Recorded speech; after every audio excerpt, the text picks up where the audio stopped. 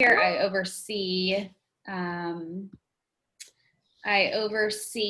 East Campus, which is where our sophomores live primarily. There's about 9 total community directors that live on and across campus. So I'm sure you've seen us or know who we are maybe, but we're going to go ahead and get started in this presentation. We are at the end, we'll take attendance once we know everyone has been through the presentation and seen it. And I'm sorry for I'm sure you're hearing our Teams messaging coming through. So Dana will start us off. We'll go through the presentation. And then if you have questions, we'll allow for a chance for anyone to ask any type of question that you may have. You can also utilize the chat box. We just may not get to it toward the end. But we'll go ahead and get started. Yeah. All right. So thank y'all again for your interest in the RA position. The purpose of this presentation is really just to get you more familiar with the RA role and our department, as well as the application process. And you all are already taking part in one of the most important parts of the application process, which is to attend one of these info sessions. So great, you can check that off your list.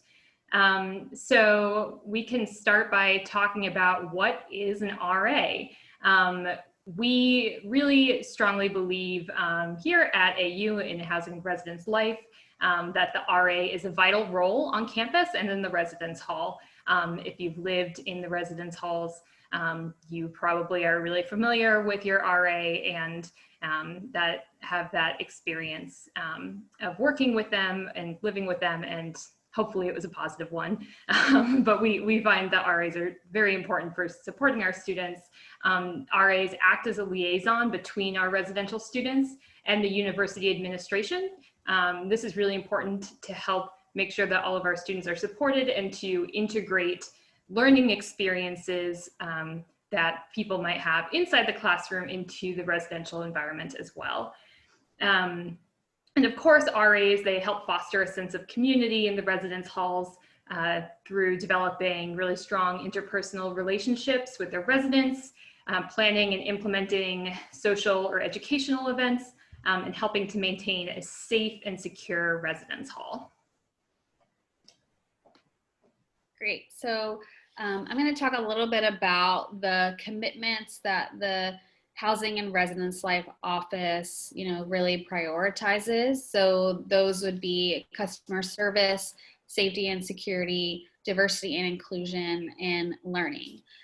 So RAs are expected to maintain a high level of respect, personal accountability, quality customer service, and a positioned demeanor when interacting with residents, guests, university faculty, and staff. Being an RA really involves balancing and managing your time and many competing priorities. So it's important that RAs know how to really manage their time effectively while also serving in this role. Safety and security. So we pride ourselves on creating a safe, secure environment. This plays a role in helping the department provide safe and secure, well-maintained residence halls for our students. So an example of how RAs kind of serve in this role is when they serve on a duty rotation in the building and respond to emergency incidents and policy violations when needed. And then diversity and inclusion, I'm so sorry, I'm stumbling over my words today. In our changing world, it's increasingly important that college students become comfortable with interacting with individuals from different backgrounds and identities. So we really teach our RAs to appreciate diversity and to foster this appreciation through various interactions and programs and promotion of initiatives, like specifically with our Center for Diversity and Inclusion office. And then we have learning. So living in the residence halls provides students with a valuable opportunity to live and learn and grow amongst their peers. RAs will assist in the commitment through planning social and educational programs, partnering with some of our campus partner offices, and then helping students resolve their interpersonal problems.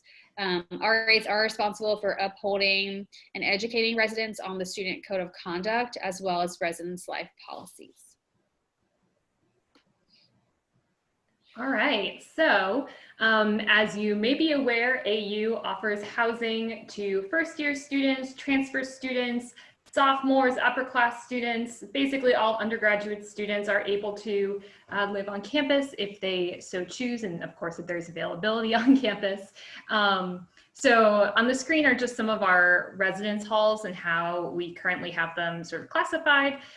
So we have our first year residence halls, which are on the south side of campus: Anderson, Centennial, Letts, and Roper. And then there's also Leonard Hall, which is a first year hall on the north side of campus that houses our some special student populations. So students in the IAP or the SPECS program live in Leonard Hall. And then we have our sophomore and upper class residence halls, which are Cassell Hall, East Campus, which has Constitution, Duber, and Federal, Hughes, McDowell, and Nebraska. So a lot of different residence halls. You don't need to worry about remembering all those right now, especially if you haven't lived on campus yet. But we do offer just a wide variety of experiences for students living on campus. So the RA position, it begins in August and it concludes at the end of the academic year in May. So it is a full year position. And we do train RAs for a couple weeks in August before the school year begins so that y'all can feel really comfortable coming into the role. If you are thinking of living on campus next year, this is really important. So if you remember nothing else, remember this. If you want to live on campus next year, no matter what, so even if you are not offered an RA position, you have to still fill out your housing application, which you should have been getting emails about for the last few weeks. Please still fill that out so that way you will have a place to live in case you do not get offered an RA position. If you decide, I only want to live on campus if I'm an RA, but otherwise I don't want to live on campus, then don't fill out an application yet. And if you are offered a position, we will work with you then to make sure that that all gets squared away. But that way you won't be sort of stuck with an housing space on campus if you don't want to actually live on campus, if you're not an RA. So candidates who are offered and accept the RA position are not subject to any housing cancellation fees, so you don't have to worry about that. But if you're not offered a position, you are still subject to those housing cancellation fees. So again, don't sign up for housing if you don't want housing, if you're not going to be an RA, because you will have those same cancellation fees and cancellation deadlines. If that's confusing at all, or if you have any questions about that, you can definitely reach out to us or our main housing office, which is, you can just email them at housing@american.edu. Super simple. All right, next slide. Okay, so living learning communities. So this slide really just shows the 5 specific types of living learning communities that we have on campus. So the honors program, University College, Frederick Douglass Distinguished Scholars, our 3-year scholars, and our community-based research scholars. So living learning communities, if you don't know what those are, that really just means that students that are enrolled in these programs, they take courses together and they live together on the same floor generally. This really gives first-year students the opportunity to create, relationships and connections with students that have the same interests as them, goals, similar class schedules, academic pursuits. So living learning communities are really important to us. If you have been in a living learning community before and you're applying for the RA position, there will be a section on the application that would allow you to express interest in serving in this particular type of community. We don't guarantee that just because you've maybe been in one of these, you would absolutely get to work with them, but it allows us to fill those specific spots with people who are actually interested in those programs. Okay, so eligibility requirements for the position. So all of these requirements you have to make sure that you meet by the start of your employment in order for you to be able to be hired with us. So academic requirements, you have to be a full-time undergraduate student, 12 credit hours at least per semester. You have to remain in good academic standing as defined by the university and by the college that you're enrolled in. And you must successfully pass a GPA check and maintain both a term and a cumulative GPA of 2.75 or higher. So what that means is your overall cumulative GPA for your entire time as a student at AU has to be at least 2.75, and then every semester that you are an RA, you have to be able to maintain at least a 2.75 for that semester. We do expect that you have completed at least 30 credit hours and at least 2 semesters of being a student, an undergraduate student. We used to have a requirement that you had to have lived on campus for at least 1 semester, but given everything that's going on right now, that is no longer a requirement. So if you have not lived on campus, you are still able to apply, no worries. So let me see. You also have to be in good standing with the Student Conduct Office, which means that you are not currently on disciplinary probation with the university. And if you have questions about your conduct status, you can always reach out to the Student Conduct Office. And then of course, we have some expectations of some basic skills and knowledge that all RAs should have. We expect that an RA is familiar with American University and have a sort of fundamental understanding of housing and residence life and our policies. Don't worry, we will train you on a lot of that stuff. So we're not expecting you to know the student conduct code backwards and forwards, but at least have a baseline kind of understanding. RAs should be comfortable and able to communicate in a group and in one-on-one situations and be able to establish a rapport with diverse populations. We expect RAs are able to employ critical thinking skills to be able to solve a variety of problems. So time commitment, we want to just kind of touch on this a little bit because in general, the RA position is hard to say like you work X amount of hours a week, but we do kind of want to give everyone an idea of what a typical week or 2 weeks would look like in this role. So RAs are expected or should expect to work anywhere between 10 to 20 hours a week, which does include a minimum of 3 hours serving as a desk receptionist in your community. So all of our RAs will work the front desk for 3 hours at least a week. That is, something that we believe helps with the community and helps with rapport building. When our students come in and they see a familiar face at the front desk, you are able to work additional hours at the desk and are paid at our minimum wage rate in DC. So, if you really enjoy working Thursday mornings or something and you want to pick up shifts every week, that's something that you are able to do. And then after your academic commitments, so we always say that, RAs are students first, which we wholeheartedly believe, but we do expect the RA position to be the staff member's first priority after your academic commitments. So sometimes there is prior approval to, participate in other activities on campus, other clubs and organizations, particularly some roles that are held within orientation and, some residence hall association things. So those are things that you can really talk about with your supervisor once you're hired onto the team. Due to conflicting priorities or responsibilities, RAs are not permitted to be elected or appointed members of the Residence Hall Association, and RAs are expected to assist with openings and closings for the academic year. So that means, winter break, spring break, Thanksgiving break. RAs will come, I think Dana said this earlier, a little bit earlier in the academic year to help with move-in, and RAs will stay a little bit later after graduation and move out so that we can make sure our buildings are good to go for the summer. So you may be expected to serve on duty while the university is closed. All right, let's talk compensation and benefits, everyone's favorite.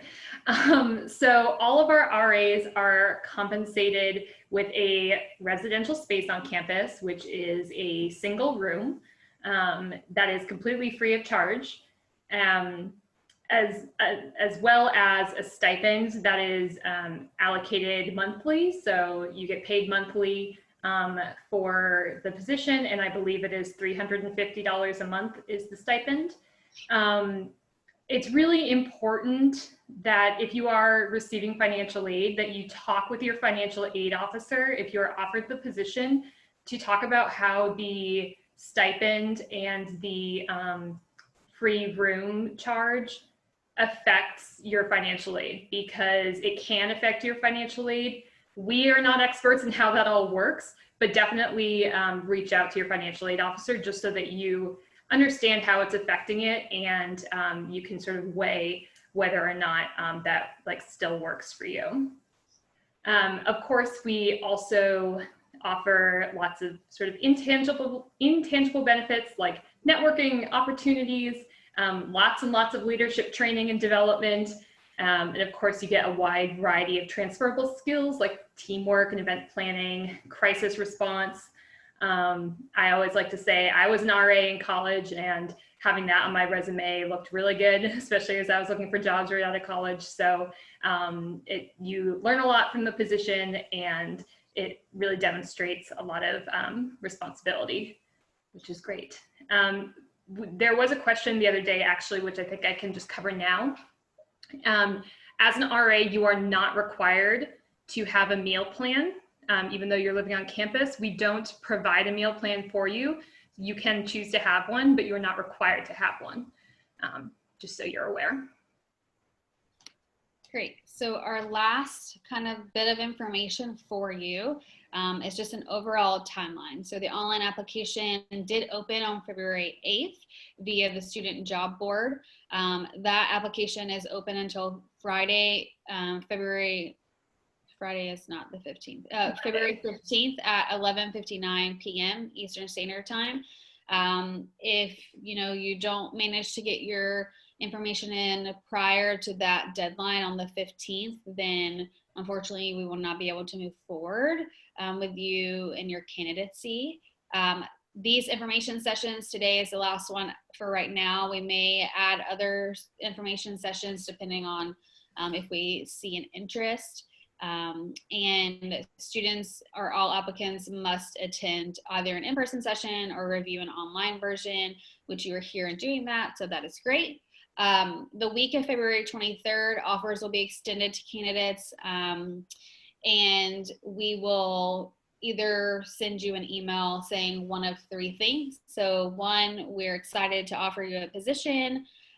Two, unfortunately, at this time, we can't offer a position, but we really think that you're a great candidate. And with that would come the opportunity to be in an alternate pool. And the alternate pool is really a great thing because we have turnover from the role from fall to spring.